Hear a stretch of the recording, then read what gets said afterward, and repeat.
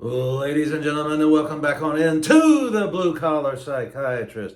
I am the Blue Collar Psychiatrist, and today we're going to talk about the Ice Queen. Not ice cream, the Ice Queen. I have delivered several videos in the past where I talk about interacting with women who consider themselves at a higher level than many men. They seem to believe that they are better, that they are entitled to the absolute very best man that is available. And to them, that often means looks or money or someone who can take them all over the world and travel. Very frankly, these are not the kind of women that I would want to go after. These women are often very demanding and a pain in the you-know-where. And sometimes, as they say, the juice is not worth the squeeze. One of the frailties of humanity is that we always seem to want what we can't have. We always seem to want what is denied us.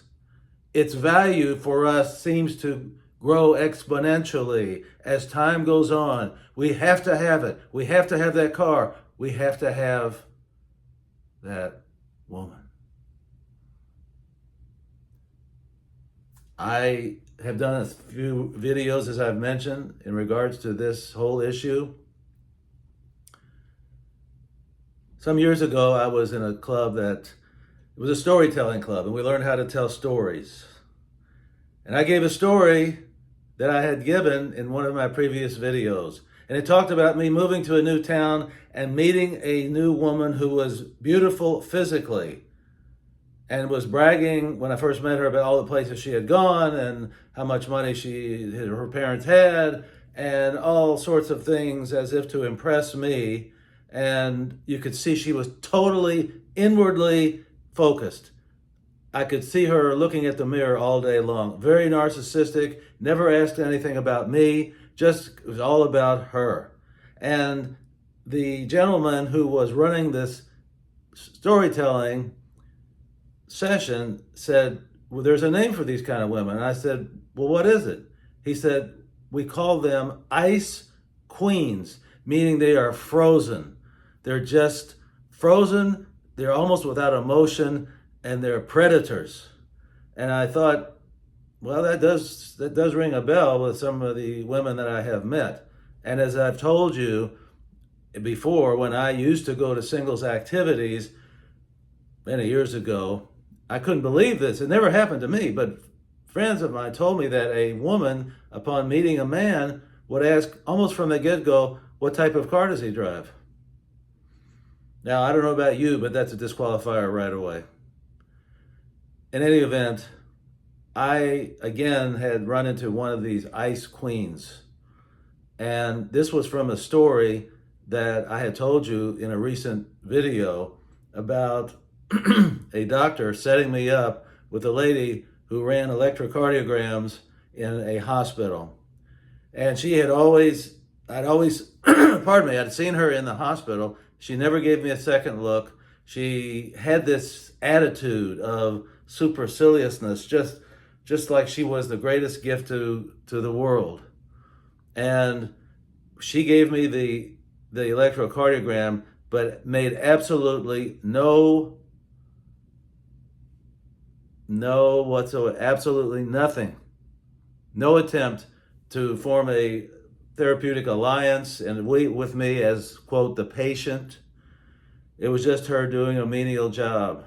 And she had this look on her face of one of almost scorn and disgust and just someone that you would really not want to meet or interact with. But that frozen look and the look of arrogance, I'm sure, changes if she meets someone who meets her exacting standards. Men out there, I am warning you to stay away from these types of women. Stay away. Because oftentimes if you don't meet their exacting standards, they're going to reject you or not even bother to even talk to you, even if you try to initiate a conversation. They think the world owes them something. I would like to tell you what I think the world owes them, but I can't say it here. And I would not want to be involved with any type of woman who behaves in such a manner. Very obnoxious, self-serving, just not for me. But what you have to fight against, and this is the problem, and especially when it comes to women who seem to be aloof and unavailable are always the ones that the guys go after. I remember talking to a woman who was a friend of mine some years ago, and she said, I always wondered why the men constantly sought out these witches with a B. And they always did. And it's just something about it that the airs that they give off, that they're the greatest thing in the world, seems to draw men to them. But I think they're going to be in for a rude awakening. And I just want to warn you, as a fellow man, to be careful of these types of women. Even if they make a liaison with you in some way, they may be demanding of something. I just would say this. If you see this, you see these signs that I've described, run, and run as fast as you can in the opposite direction, because they can make your life a living nightmare.